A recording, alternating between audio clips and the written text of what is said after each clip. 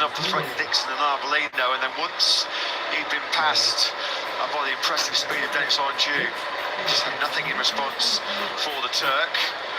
Of course, Jake Dixon, as a post-race digest with Tony Arbolino, wearing a very distinctive Mark Vidius Racing colours that Dixon will find himself in the 2025 Moto2 World Championship. Will he take the #1 plate to Mark van der Stratten's squad? Looking forward to hearing this interview. I can see Simon Crafar primed and ready. First time Moto2 podium finisher for Turkey's Dennis Onju. There he is with Simon in Parc Ferme. Dennis, you really are figuring out that Moto2 machine. Tell us about your first podium. Well, it's really nice to be here back on the top because it has been a long and hard season so far for me with the injuries, with the problems that we was fighting. But we are step by step coming back to the top. This is positive. I'm so happy for my team, for my ranch Kenan and everybody, because they have been pushing me so much. And I'm happy to be third, but not super happy. I will be happy when I win my first race. Thank you. Congratulations. That shows what Dennis Onju is all about. Yeah, he's happy. That's one box ticked in 2024. Claimed his first Moto2 podium at that. I love that. That's the sign of a champion rider.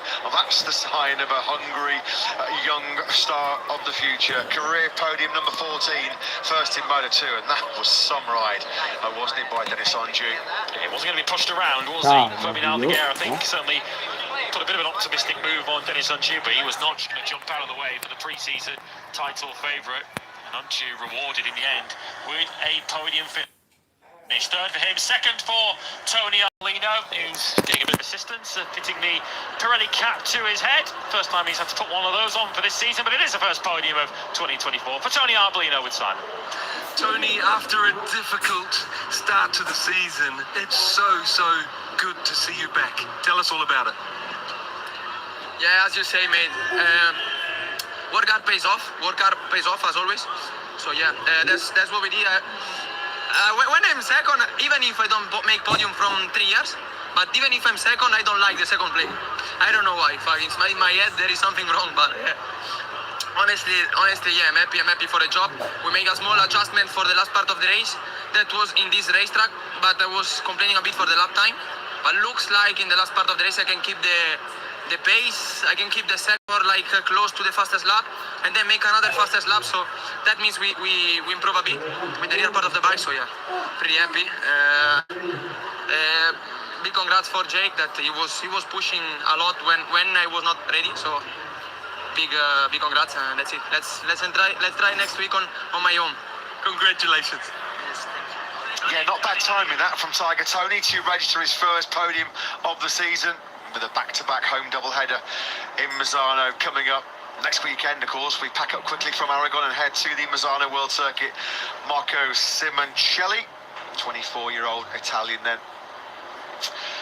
telling us there that Jake Dixon just had that better pace in the second half of the race. And at the checkered flag, it was relatively easy. 1.7 seconds was 2 wins in the last 3, and firmly now in the title battle. Britain's Jake Dixon, your race winner here in Aragon with Simon. Jake, you were the man today the whole way. Tell us all about it. Wow, I'm living my dream well and truly. Yeah, first of all, this one's to Sylvan and his little boy and his family. I dedicate that win to the tough times that they're going through. Luca, you gave me the strength then, bro. Keep fighting. We love you. We're all behind you. And yeah, that one's to you. But yeah, fantastic race. Like I said, I'm living my absolute dream. I've turned the season around. I was living a nightmare at the beginning of the year, but it taught me so many lessons, and how to be grateful for what I have and to be present in the moment. And I'm really that. I can't thank the fans all enough to cheer me then. Yeah, fantastic. My family, everyone. I just can't believe that I'm in World Championship, winning races and doing the things that I'm doing. It's always been a dream, and yeah, I'm super grateful to my family to get me in this position. Congratulations. Thank you so much. Well, that was a class performance by Jake Dixon. during and after that Aragon Grand Prix. We echo his sentiments, we echo his thoughts as we send all of our love and strength to the family of Sylvain Gintley. Of course, Sylvain, such a popular pundit, saying, announcing pre-weekend that his youngest son has been diagnosed with cancer. We wish him the speediest recovery. As Jake Dixon said, he used that as an inspiration to find his second win in the last 3 races. As he mentioned there, he was written off, he was down and out.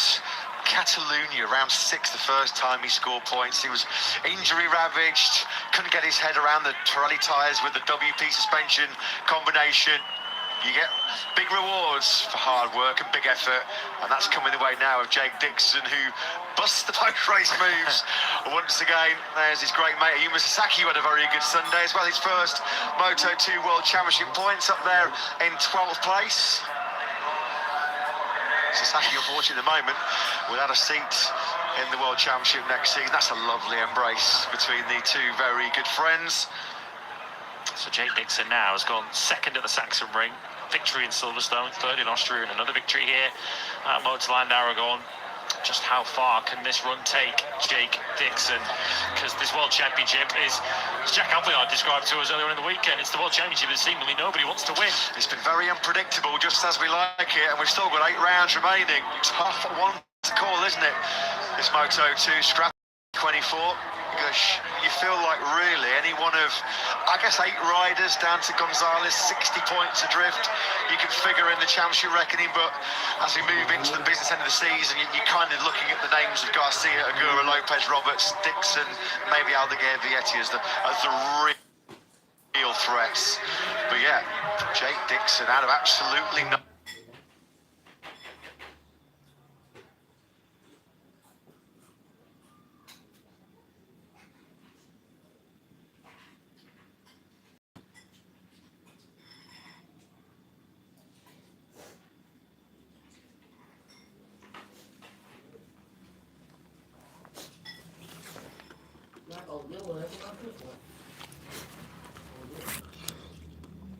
Today, the 11th and 12th of different riders to stand on the Moto2.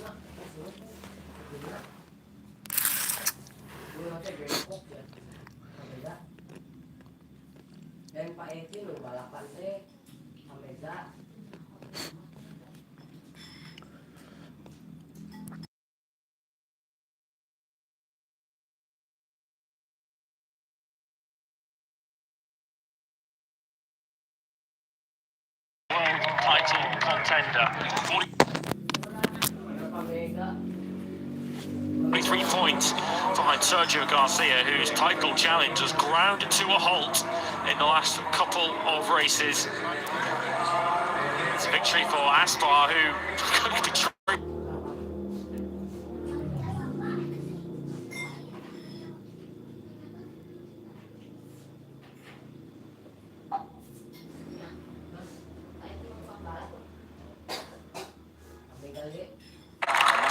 the best efforts of many title challengers here this afternoon.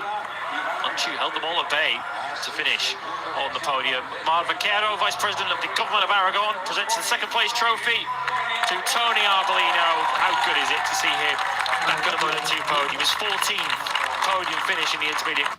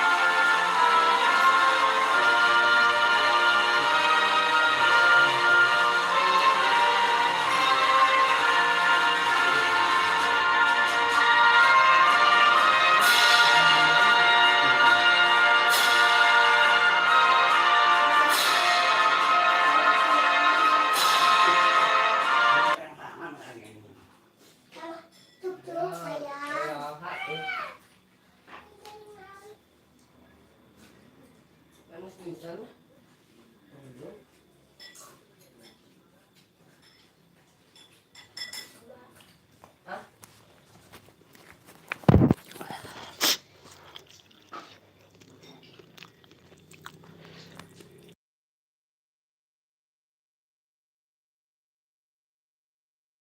to my colleague Frank very, very shortly because they are three.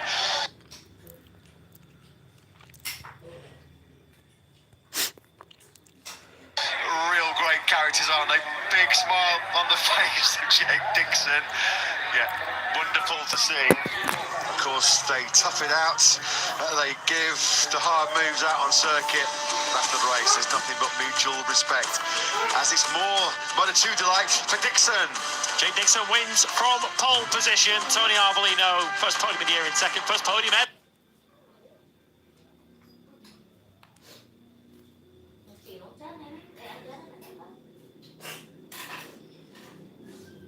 Barry Baltus scores his first points since all the way back in Portimao. He finished in 13th, just ahead of his teammates Otto van der Gorberg, and a point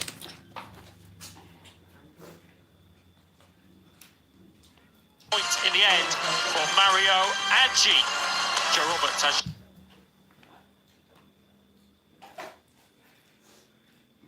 you can see, crashing out on the final lap. Livid as a result of it. Aldeguer, another high-profile casualty,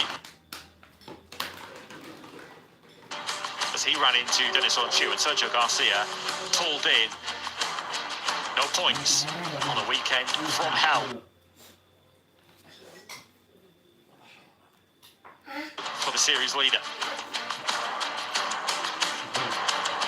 So Sergio Garcia's World Championship lead is still safe, but it's now down to 12 points over Ayagura. Alonso Lopez climbs a spot into third. Joe Roberts now drops into fourth place. Jake Dixon climbs 2 spots to fifth and is now just 4.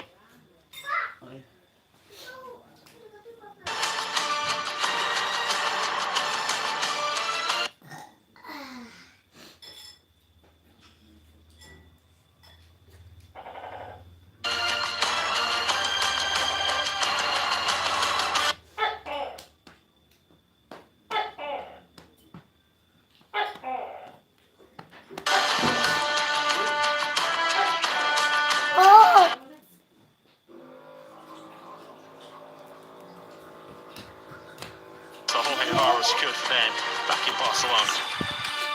TLS MSI did pick up 8 points today. But Ayagura to thank for that. They're leading the championship is 67 now over Sync Speed Up, but none of the top 3 teams in that particular standing will have much to celebrate about today.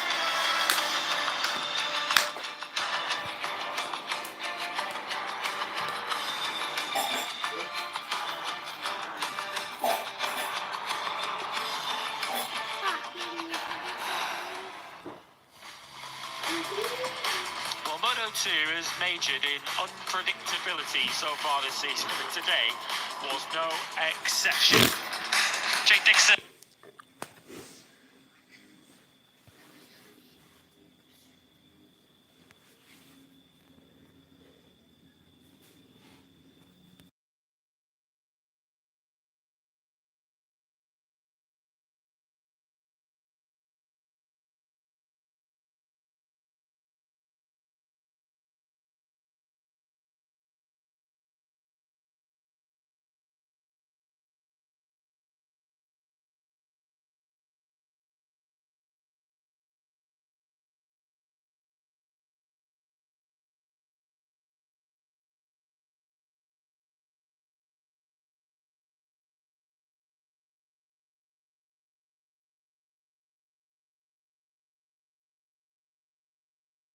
Jake Dixon leading a race for just the second time this season, but the 96 wouldn't be playing the Hunter for too long as he went back through on Arbolino. Clement Aldeguer was going to come into contention, setting some pretty fast lap times, but a rather impatient move on Denis Onchu saw him high-side out of the race. Sebastian Vietti's hopes of joining his teammate in the podium battle were ended right there by that move for Joe Roberts. We saw him handed a long lap penalty. Dropped it into a battle with his teammate Marcos Ramirez. Denis Unchu with that move, moving his way into the podium positions once more at the expense of Alonso Lopez. The final lap, though, went all wrong for American racing as an attempt to pass his teammate went all wrong for Joe Roberts, out of the race, and no points for the American. The maximum points for Jake Dixon from pole position to race victory. He's second in the last three, and he is right in the mix for the World Championship, which moves on to Misano in a week's time.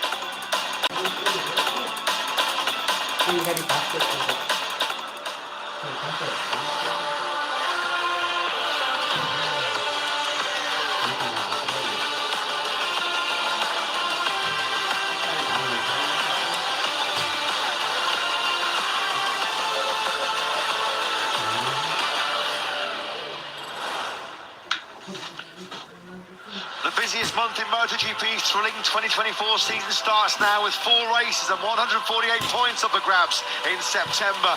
A quartet of crunch races kicks off with round 12 coming from majestic Motorland Aragon. It's all eyes on home hero Marc Marquez, who is honing in on the first pole. Sprint and Grand Prix win hat-trick. It's time to race in MotoGP.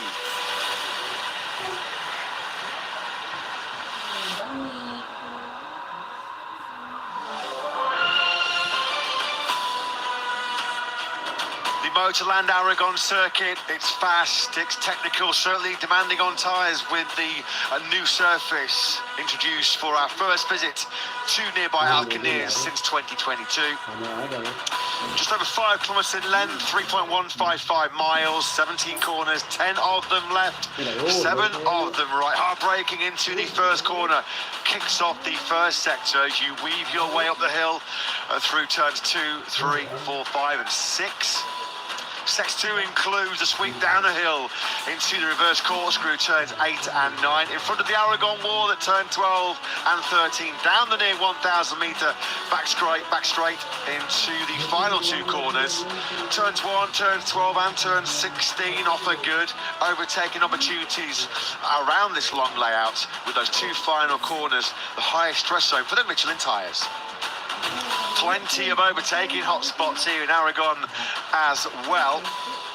This was 3 years ago. What a showdown this was. Pecco Bagnaia versus Marc Marquez. Bagnaia eventually taking his first MotoGP victory after this exchange at 14 and 15.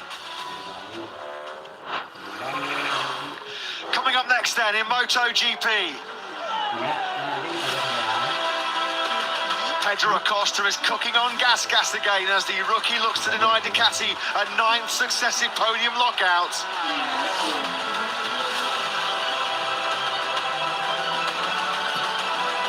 P1 in the title race for Pecco Bagnaia as he looks to bounce back from a 9th successive tough sprint.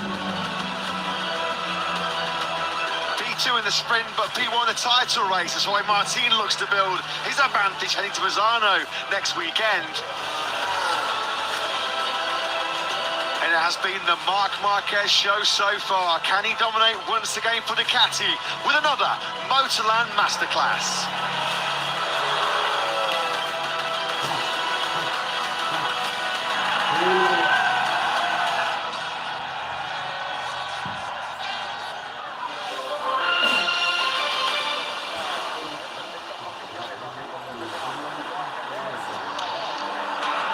So yesterday in the Tissot sprint over 11 laps was a dramatic start for world champion Pecco Bagnaia, launching on 3rd place on the grid, the dirty side of the circuit. This was his launch away. Huge wheel spin as he dropped the clutch on the factory Ducati, and it was a tough sprint from there on after for the reigning world champion. He took the checker flag in 9th place, lost crucial world championship points and lost the world championship lead. Back at the front with yet another 2nd place. Back at the top of the championship goes Jorge Martin, 3 points clear. But for the first time on the Gresini Ducati, for the first time in the Tissot sprint era, he's back in P1. Marc Marquez takes his first sprint success, and he is now all eyes looking for his first ever treble, the pole, sprint and Grand Prix victories. Can Martin and Bagnaia run him close? Of course, it was Pecco Bagnaia here 3 years ago in 2021. After the epic showdown with Marquez, winning his first Premier Class battle. Jorge Martin reeling off a succession of second places. That great consistency, the big reason why Martin finds himself back once again as the rider they're all chasing in terms of the championship. Welcome to round 12 in 2024. Welcome to the Motorland Aragon circuit. We are back for the first time since 2022. And are we, in what's just over an hour's time, going to see Marc Marquez be back on the top step of a MotoGP podium? It feels like an eternity, doesn't it, since the Emilia-Romagna Grand Prix of 2021. Nearly 3 years, 1,043 days since Marc Marquez was last victorious on a Sunday. Based on what we've seen so far from the 31-year-old Spaniard here at his beloved Aragon, a 6-time Grand Prix winner here previously, a 5-time winner in MotoGP. It looks like, having dominated all 3 practice sessions, he won the Tissot sprint, he was on pole position. This could be a race for second place. Matt Burt-Lewis will be in the commentary box, Simon Crowbar down in pit lane. Bagnaia's hopes of another sprint success, well, they were pretty over from lights out yesterday. Over that 11 laps, just look at him light up that Michelin rear tyre, the big wheel spin on the dirtier left-hand side of the circuit after some heavy overnight rain. Of course, the track was extensively cleaned on Saturday evening here in Aragon, but we have had some pretty tricky conditions for the earlier Moto3 and Moto2 riders to contend with after severe thunderstorms overnight and yet more torrential rain have completely changed the grip levels and the characteristics of this 5-kilometre Aragon circuit. Had that Tissot sprint been 1 lap longer, Pecco Bagnaia would have been outside the points. That was him taking the checker flag in a very lonely ninth. He just about fended off his VR46 Academy stablemate Marco Bezzecchi. But it was a pretty disappointing and underwhelming Saturday for the world champion. Who's now playing catch-up once again in the title battle, 3 points behind Jorge Martin. If you were with us in warm-up this morning, they were trying to instruct Pecco Bagnaia to do his practice starts at the end of the session on his 3rd place grid slot on the grid. They did make a concerted effort yesterday evening, just as we were leaving the circuit actually around about 6:30, 7 o'clock, to wash the track. They were using the jet washers to try and clean up the grid hatchings. The problem is we had a heavy thunderstorm overnight which completely washed the circuit again and brought a lot of dirt and dust back onto the racetrack with it, which certainly played a factor in the starts of the Moto3 and Moto2 race we've seen earlier on. So that will be in the mind of Pecco Bagnaia in around about 40 minutes time. Already several notable achievements and accomplishments so far this season, and a rookie season for 20-year-old Spaniard Pedro Acosta. Today he's looking to make it a double podium in a Grand Prix weekend for the very first time. A hard-fought 3rd place for the Gas rider in the sprint. Is Acosta the rider to break Ducati's iron grip, to break Ducati's domination of a MotoGP podium? The Bologna factory have locked out the last 8 top 3 finishes. Frankie Carcetti, Marc Marquez's crew chief, then comes to the back of the Gresini Racing garage. Marquez dominant in pole position. Nearly 9/10 of a second he was clear of the field. This is a replay then of him finally victorious for Gresini Ducati. He said yesterday, only half the job done. He wants the sweet taste of another Sunday success. He wants to be the Aragon Grand Prix winner once again. He's loving life, big smiles all round from the Marquez family as brother Alex Marquez finished in 4th place. This was Marc whipping up his home crowd into a frenzy. Special scenes post-sprint, weren't they, yesterday, as he joined in the celebrations with his team as well. Since he suffered those career-threatening right arm injuries back at Jerez in 2020, there have been some dark days, there have been some long, painstaking recovery days where I'm sure Marc wondered himself whether he would ever get back to his best. He is back to his best. He's going to take some stopping in this upcoming Aragon Grand Prix. There were some excellent rides behind Marquez in that sprint yesterday. We just mentioned Alex Marquez 4th. Miguel Oliveira in 5th place He's the Portuguese rider, only his second top 10 qualifying of the year, just his 6 points point finish in 28 sprints at 400. Let's get some thoughts of his boss, and maybe a repeat for Trackhouse Racing this afternoon from Davide Brivio, who joins Simon. He does. Davide, we've got to start off by asking you about yesterday, especially early on. Both riders up there, great result, you know, out there going fast. Neither of them, sorry folks, that's not my stomach. Neither of them happy at the end of the day with all the feelings on the bike, but yeah, sorry, someone coming here. Yeah, but Davide, how are you feeling about today's result and yesterday's? Yeah, about yesterday, of course, yesterday was a difficult condition on the track, which we expect also today. And both Miguel and Raul, they had a good start. They took advantage of some chaos in the first row. And I would say that probably yesterday, Miguel made the difference in a way that is very good on managing tire. It was difficult condition, slippery track, difficult to stay on the track and on the tires. But Miguel, I think he put his longer experience and also sensitivity is good on that, to be honest, and so he was very good on managing and decided how much to push and stay there, so he kind of had to survive for all the race. In case of, I think Raul couldn't manage like this. I mean, he found after a couple of laps he had it's not his manage but it's a condition of the track, so after a couple of laps he found the front tire was quite more difficult to manage, and then he had to slow down a bit. So that was the difference. And today is a really, I don't know, it's a big question mark about the condition because we had a rain last night, so we expect even worse than yesterday. And yeah, it will be important to decide how to manage that. You see Moto3 race. So the Moto2 race was more stable from that point of view. So we don't know what to expect from MotoGP. Honestly, we go a little bit with close eyes on the race.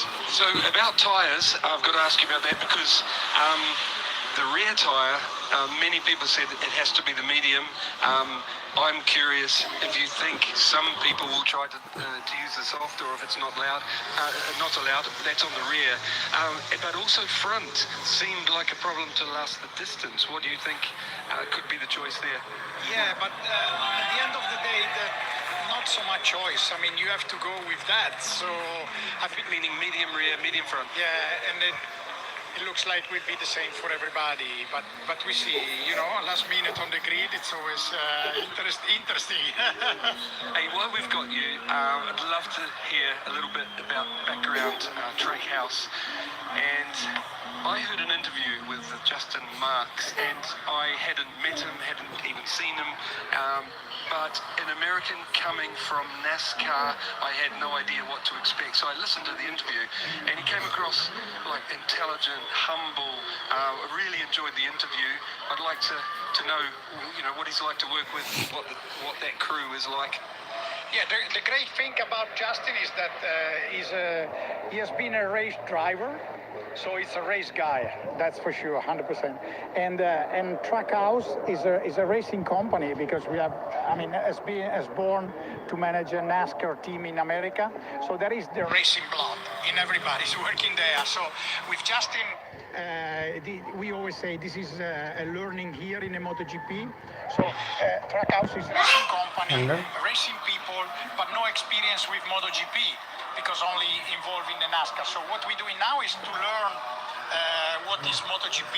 Okay, I had some experience, but I'm trying to learn as a Trackhouse, as a general company, as a team, what is MotoGP, what we can do here. You had some experience. A little bit, and so trying to, as a Trackhouse, to understand what is MotoGP, where we want to go, what we can do here, and yeah, Justin is very humble. He's hungry to learn.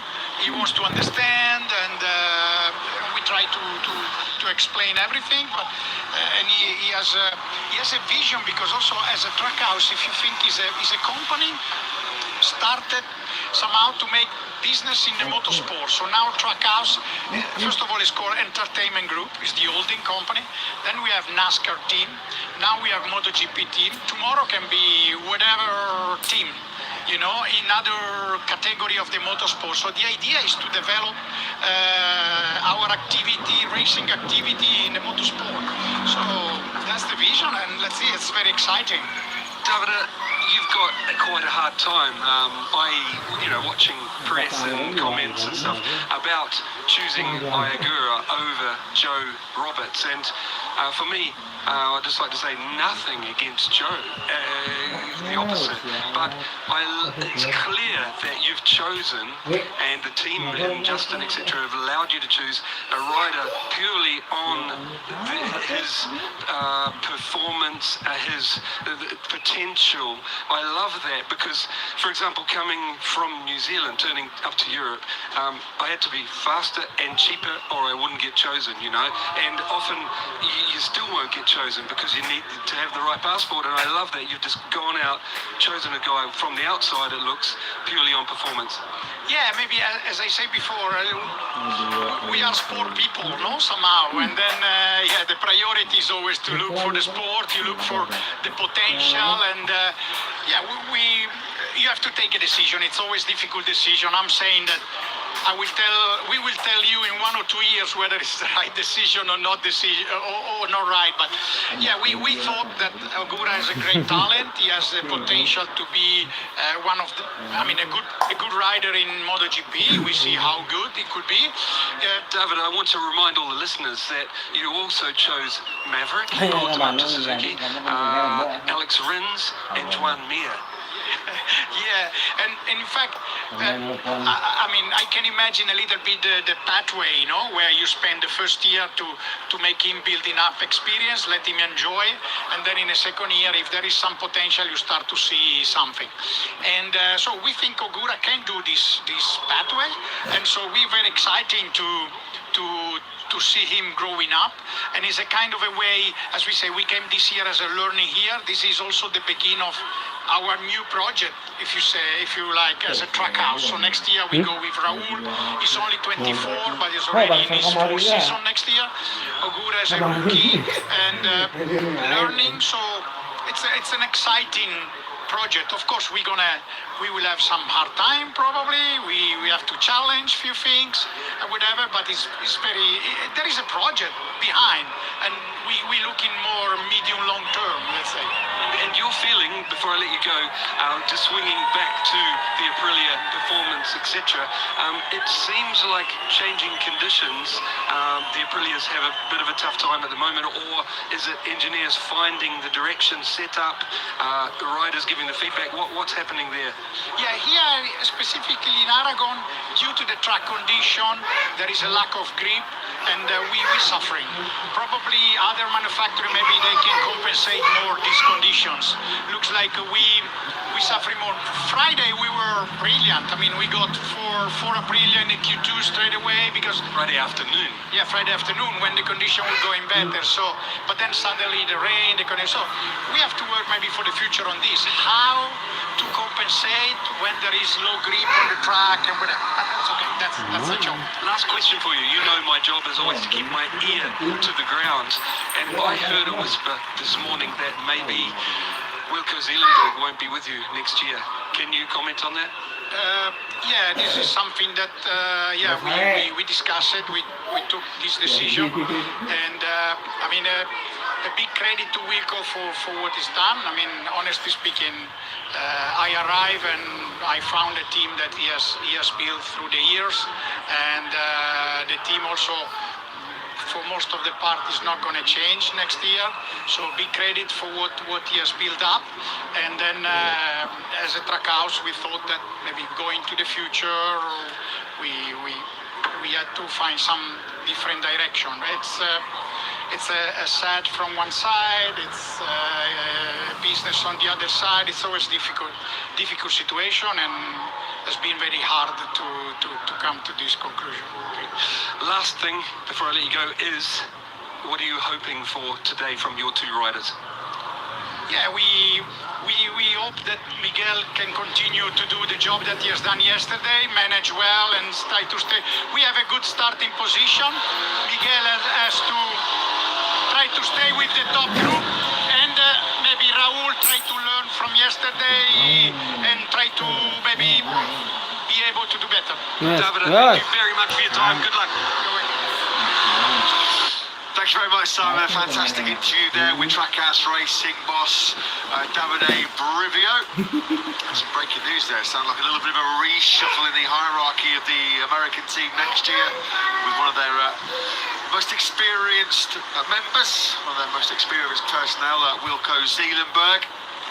No longer with the team in 2025. I just wonder whether somebody will tap into Wilco's vast experience next season as the pit lane opens then, and we can well and truly kick off the countdown to this 12th round of 2024.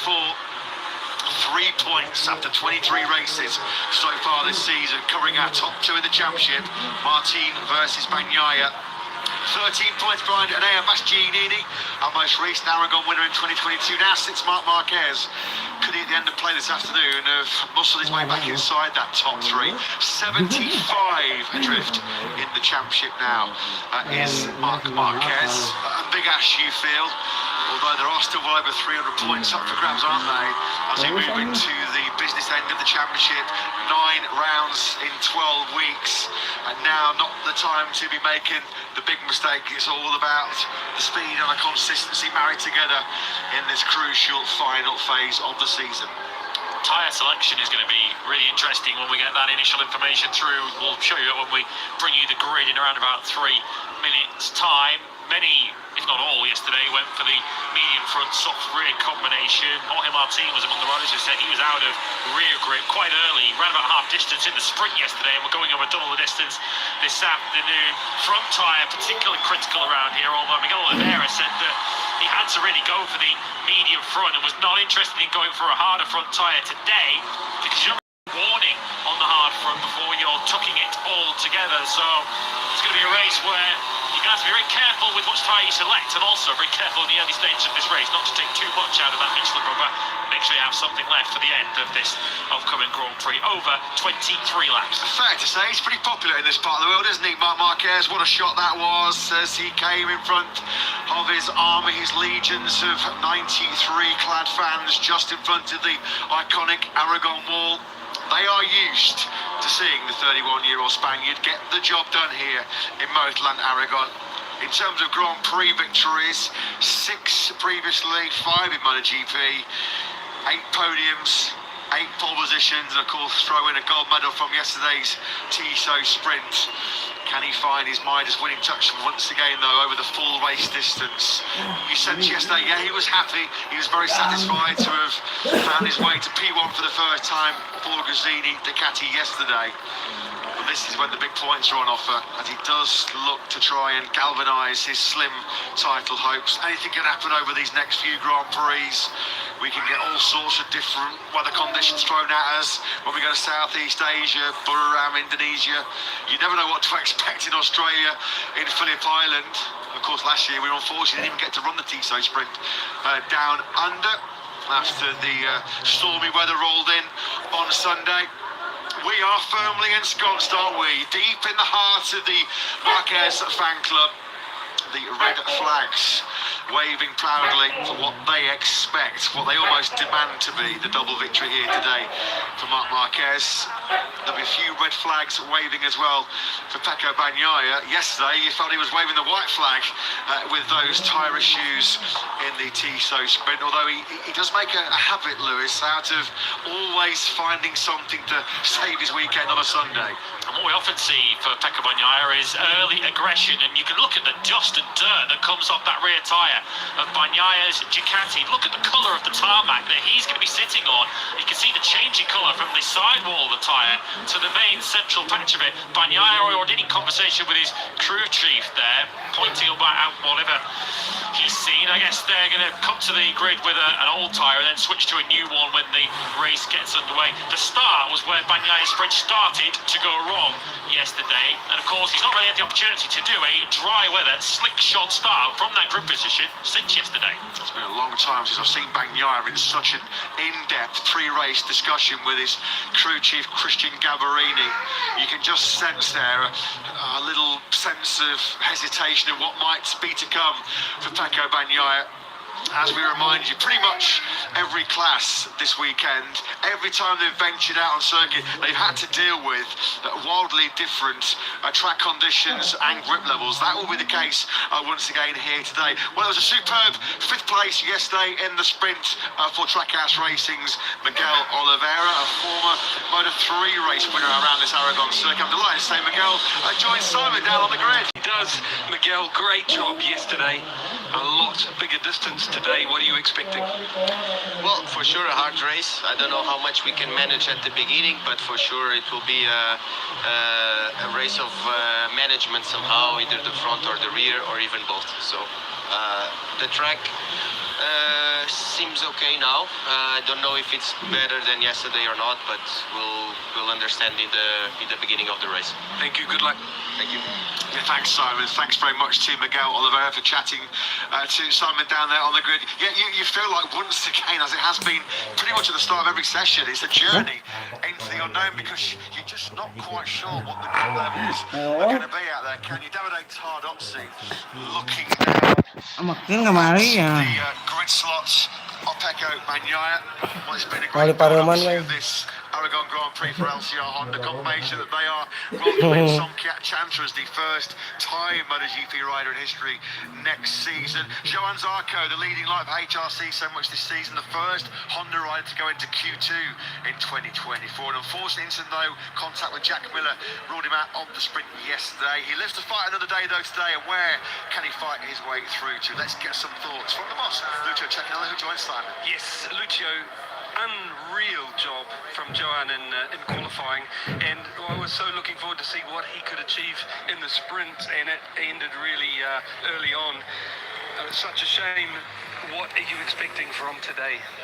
Well, we were very curious to see the potential results of the sprint. As you know, there was an accident. He touched with Jack Miller and then he crashed. So we don't really have a lot of data, and we don't really know exactly the ability of our pace because, yes, we were be able to be fast for 1 or 2 laps, but we didn't make a real race simulation. So we are also curious and a little bit thrilled to see what's going on, what's going to happen. Thank you. Good luck. Thank you. Yeah, thanks, Simon. Thanks to Lucio Cecchinelli. There is Miguel Oliveira launching away from the middle of the 3rd row in 8th place. There is just a lot of concerned faces, aren't there, down in the Ducati Lobo team garage. And we could see on the sighting lap, couldn't we, as well, as he just got the power on coming out of the 2nd gear, turn 15. Big wheel spin on the throttle for Bagnaia as he launched down the back straight. Now then, Gasca, well, the Piero Mobility Group found their way to the podium yesterday thanks to Pedro Acosta. A fighting 6th place for Brad Binder. Is there more to come from the South African and KTM? Well, let's find out as the boss Francesco Guidotti joins Simon. Yeah, it's exactly what I want to know, Matt. Francesco, tell us, is there more? You think the longer distance could be better for Brad than the 6th, or not? And also about Jack. I mean, it's a big question mark for everyone, I think. Nobody proper test the medium rear in any condition. I saw someone use during PR, but the conditions are completely different today. So I think it's a big question mark for everybody. And yeah, let's see. I mean, we have to try. So nobody will choose the softer option rear, you think, or the harder option front? Softer option rear is not an option. It's been withdrawn from the allocation, so we can't use. And And no, also the hard front can be an option. I mean, we already struggled all the weekend long with the soft and the medium, with the lack of grip and understeering problems. So yeah, medium, I think is the common choice for the grid. Thank you. Good luck. No problem. Thank you. Yeah, thanks very much, Simon. Thanks to Francesco Guidotti. As we saw on the grid graphic just a few moments ago, all riders coming to the grid with the medium front and medium rear. I'm just trying to wrap my brain. I think it was only Jorge Martin for a very short stint on Friday that did a few laps, a handful of laps if that, on the yellow-banded hard front tyre. So it looks like, yeah, Jack Miller very, very briefly. Ralph Fernandez, well, the start of his comments in the Trackhouse Racing press release yesterday, he gave a pretty clear indication of what he felt about his ride to 11th in that 11 lap sprint. I'm super angry, super angry. I think it's fair to say he wasn't very happy at the end of that sprint. Missed out on the points in the end, finished in 11th place. He was in that group led by Pecco Bagnaia in the closing stages. Said that he was bringing the tire didn't work how he wanted, were his words in the end. He'll be hoping for a little bit more this afternoon. Marco Bezzecchi, he goes from 13th on the grid, narrowly missed out on a place in qualifying 2 yesterday in what was a heavyweight Q1, which included all of the KTMs. He included an Air Bastianini too. Bastianini's alongside Bezzecchi on that 5th row of the grid. So Pedro Acosta backed up a front row start yesterday with a 4th sprint podium of the year. What can he do over double the distance? His team manager Nico Goyon joins Simon. Yes, Nico, what a job from Pedro yesterday, qualifying and the sprint. Double the distance, what are you expecting? Well, this race is going to be more tricky to manage for sure. We are struggling so at the other rider with the front tire and also the rear tire. The rear is going to be different compared to yesterday. Yesterday, most of the riders they were on soft. This race they will all be on medium, so it's going to be medium. The medium front will be tricky to manage, and we'll also need to manage the rear. So I really think the pace will be good, but it's going to be a way to manage both tires. And Pedro, how do you think he's equipped to do that? Even though he's a rookie, he's done some surprising things. What do you think? Yeah, no, we've seen a few races in Barcelona, for example, where you need to manage the tire. He's not so bad in this management. I think the target is clearly to have a good start, stay with the leading group, and then from this point see what happens, try to manage and save as much as possible for the end of the race. Thank you. Thank you. Yeah, thanks, Simon. Thanks to Nico Goyon. The 3 buzzwords coming into this 23-lap race are grip, tricky, and tyres, aren't they? The words coming out of all team managers and all riders. You feel this is going to be all about the tyre management. Pecco Bagnaia I don't think I've ever sort of seen the reigning world champion just look quite so sort of not flustered, or yeah, he just not as settled as we're normally used to seeing the ice-cool Italian. Are we once again? They're still looking over the laptop. As soon as he got the power on, as soon as he even opened the throttle at turn 15, he just got wheel spin, no drive grip whatsoever, and that's an exciting lap. Yeah, and he's going to have to put a lot of horsepower into those tyres and into the rear of that Ducati when he gets off the line. Let's get the very latest from the world champions camp on the grid. Davide Tarnozzi's with Simon. He is. He's also with Danny Aldridge. Now I've got him. Davide, please tell us what's going through your mind. That it will be a very difficult race because we saw what it happened in Moto3, Moto2. They was lapping really very slow compared to the lap time they did in the practice. So that means that the ground is completely different from the practice, and will be very difficult to manage the front and also the rear tire. Today the medium will be not with the same performance and grip of the soft, so I think that it will be a very difficult race, but anyway I think that Marc Marquez will make the difference as he shows during the weekend. One other thing, yesterday on the grid you mentioned Pecco did a last minute change, and Did you get to test it or not? Will you stay with that last minute change? Yeah, we stay with that because we are pretty sure. Yesterday was not a matter of setting. Anyway, yeah, we stay with the same setup, and we see what it's going to be today. Thank you, David. Thanks, Simon. Thanks to Davide Tardozzi. Yeah, this is going to be all about the time management, all about the risk management. All weekend, when the track has, for the most part, been quite slippery, quite greasy. Marc Marquez has said, these are my conditions. He loves the low grip conditions. He certainly loves anti-clockwise circuits. Aragon, I think it's one of only 4 circuits on the calendar where he's won at least 6 times, throwing the Saxon Ring, of course, Austin and Misano. Some good tracks, aren't there, coming up for Marquez to maybe force his way back into title contention. Well, if he is going to force his way into the title pick, he's going to plenty of them. Of course, the leading light from a Spanish point of view. Now, after the events of yesterday, does Jorge Martin potentially with Bagnaia on his back foot somewhat heading into this Grand Prix, despite starting ahead of Jorge Martin on the grid? Is this an opportunity for the Spaniard to put a little bit more distance between himself and the reigning world champion heading to Bagnaia's territory of Misano next weekend? One of the key reasons why Martin is once again our world championship leader has been his awesome consistency. 18 podiums now for the Martinator in 23 races. That's the kind of form, that's the kind of point building which will build you towards a first MotoGP World Championship, one he's desperate to win, of course, and just show Ducati they were wrong to plump Marquez as Bagnaia's teammate in 2025. The Mari Vinales fans are out in force, and they were not happy. They're making a lot of noise, but what they saw yesterday did cheer them up, as Vinales was the last finisher in that sprint yesterday. 37 seconds he was behind Marquez at the checkered flag. The Aprilia is just really struggling to find grip in the greasy conditions. We pause then now for the national anthem. Las versiones de cortas, el himno de España y de Aragón.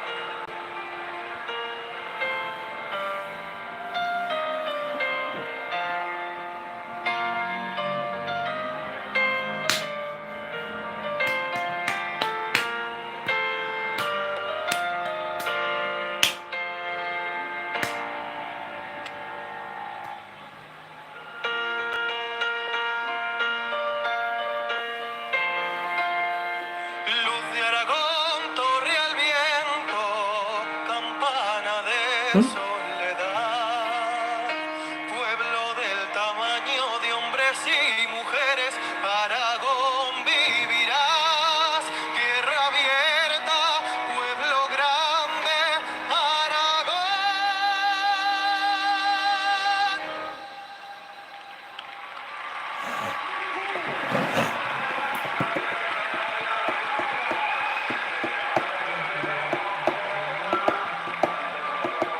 Nhớ sini.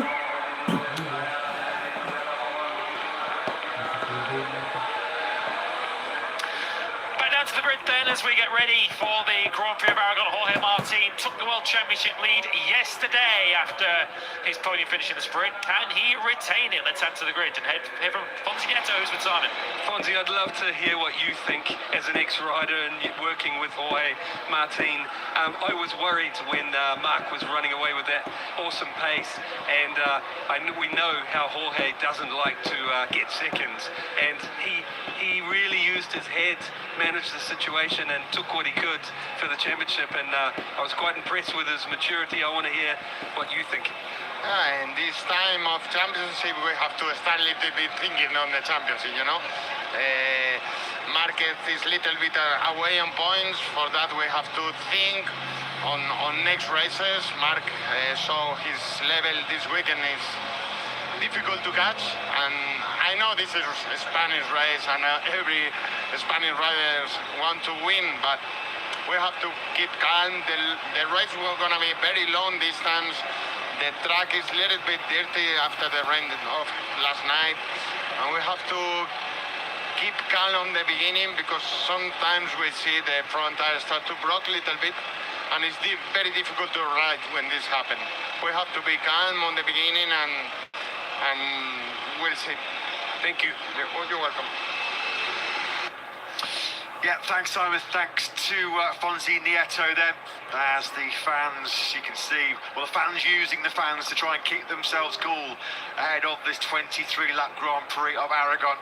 Our final European doubleheader of the 2024 World Championship campaign. Next weekend, we're heading off to the Adriatic coast of Italy for the San Marino Grand Prix. And then we are back for the Emilia-Romagna Grand Prix. It's all eyes though on Marc Marquez as he looks to complete his first treble, a pole, sprint win and Grand Prix win. Let's hear from the boss, Michele Rossini, who's with Simon. Michele, Mark, amazing yesterday in these tricky conditions. Alex also, fantastic rides. I'm wondering, is there anything that can stop Mark today? Some things you're worrying about or not? No. The feeling was more than great all the weekend, so let's see if today we can put the cherry on the cake. And Alex yesterday made a solid sprint race, and today I think that with the manage of the medium rear tire we can make a great race also today, so we'll see. Thank you. Thank you. Thanks, Simon. Thanks to Gresini Racing, Michele Rossini. Yeah, they are now just looking to put the cherry on the top of the cake, the icing on the cake, as Marc Marquez looks for his first win in 1,043 days. Leading your second row of the grid, there he is, Jorge Martin. He is winless on a Sunday since that brilliant victory and the French Grand Prix in Le Mans. Did a really good recovery yesterday though, Martin, to qualify in fourth place and then take second in that 11-lap Tissot sprint after a very heavy crash at turn 5 in the earlier Q2 session. As Pecco Bagnaia then gets himself ready 3 years ago, right here in Aragon 2021, this amazing journey started for Pecco Bagnaia. That was his first victory after that great late battle with Marc Marquez. Since then, he's won another 24 MotoGP Grand Prix and fired himself up into the top 10 all-time winners in the Premier class. He's right up there with the great and the good who've raced previously in our proud championship history. Ducati, well, it has been a long time. 8 successive races. The Ducati have locked out the Sunday podium. A long time since we've seen anybody other than the Ducati in Parc Ferme. Is Pedro Acosta going to break that stranglehold on that top 3? Third in the sprint, Acosta goes from that front row. I feel he's the likely threat. Ducati domination. Brad Binder on the 3rd and 7th. Aprilia generally struggle on the longer distance Sunday battle compared to Saturdays, and of course their Saturday sprint hopes took a nosedive yesterday due to the change in the weather conditions overnight from Friday into Saturday, which put them deep on the grid. We do know Aleix Espargaro has history of fighting and finishing on the podium here. He's done that on both a forward machine and of course on an Aprilia the last time he raced here in 2022. Big challenge I guess for Aleix is to get past the first corner, which he did not do yesterday. Pretty much a year though since his last Grand Prix podium. That was his Catalonia victory 1 year ago. 6th place at the British Grand Prix in Silverstone. One of only 2 top 6s in the last 15 for Aleix Espargaro. Just gives you an indication of just how much they are struggling in the second half of these Sunday showdowns. So your front row of the grid here in Aragon. World champion, double world champion, former Aragon winner Pecco Bagnaia starts from 3rd place. Pedro Acosta back on the front row looking for his first double podium of 2024, but it is all eyes on Motorland master Marc Marquez as he looks to complete the dream double, looks to complete his first win in 3 years.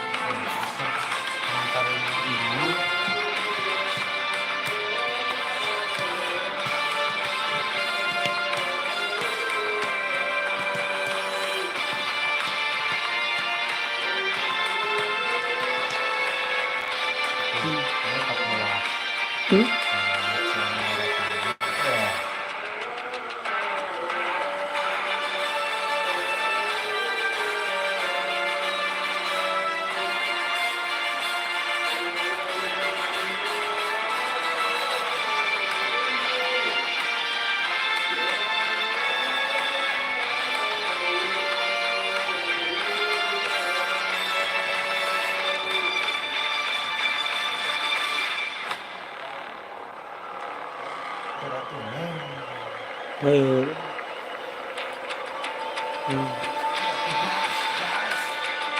busiest month of this year's MotoGP World Championship starts right here, right now in Motorland Aragon.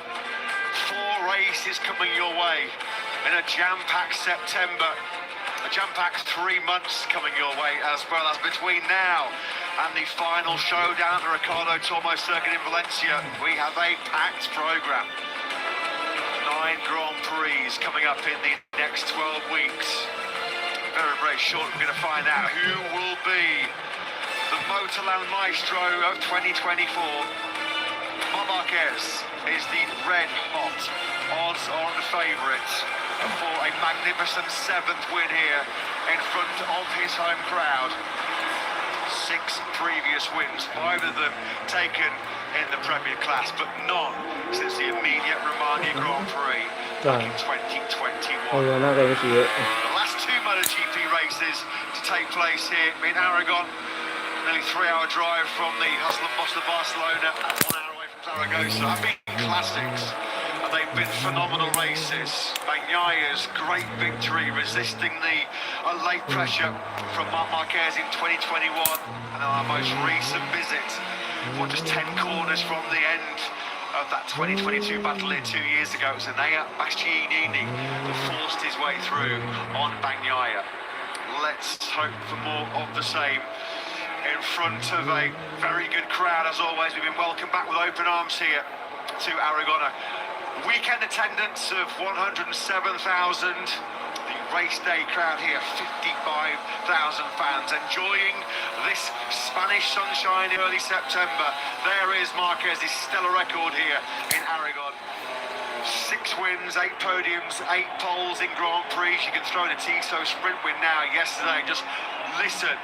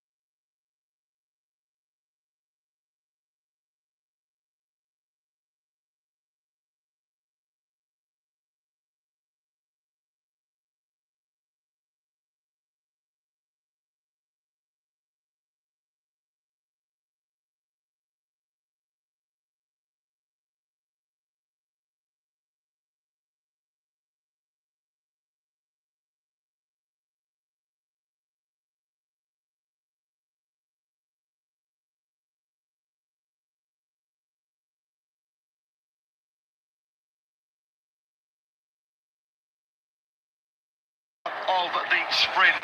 The favourite is Marquez. Lights out, and we are racing in MotoGP here in Aragon. And Bagnaia, history does repeat itself for the world champion. He drops back through the field like a stone. The fielder all safely through that tricky tight first corner. Labuhan tuolla labu. Labuhan tuolla labuhan. Labuhan tuolla labuhan. Labuhan tuolla labu.